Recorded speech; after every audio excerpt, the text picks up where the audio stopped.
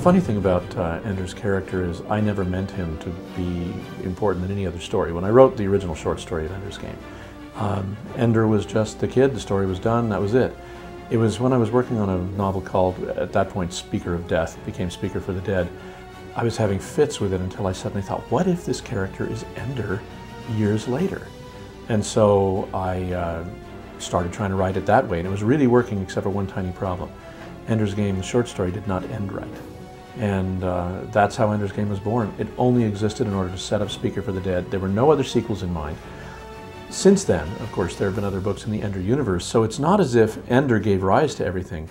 It's as if finally I'm coming back to him and finishing his response to the really terrible and difficult events of the First War. And in Ender in Exile, the basic situation is that the commander who won the war is now being forbidden to come home. He's just too powerful a figure. No government wants him, or else every government wants him. They all fear him. And so he is put in exile to govern over other people descended from those soldiers in the war that he won. He's cut off from home. He can never return to Earth. Essentially, the life that he might have thought he would have someday is over. It's out of reach. He's been given this job as being governor of a colony world he's 13 years old.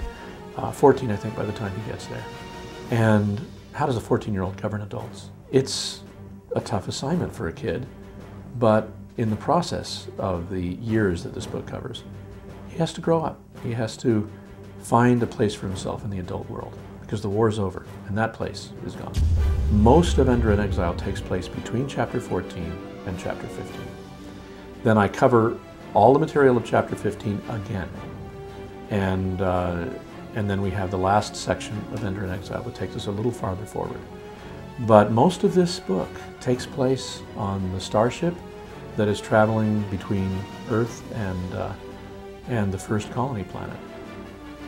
For years, all of the subsidiary rights to Ender's Game have been tied up with movie deals because the studios always want to grab everything. And we got the comic book rights back. This is a great gift, and the video game rights as well. We immediately offered it to really everybody, but it was Marvel that had a program that they were starting of trying to do adaptations of literary works. They're very selective about what they do, but they got the vision of Ender's Game. They have given the best writers and artists to this project. They're taking every effort to be very faithful to it. Christopher Yost has written the script. He really caught the essence of it. I've actually learned some things from him.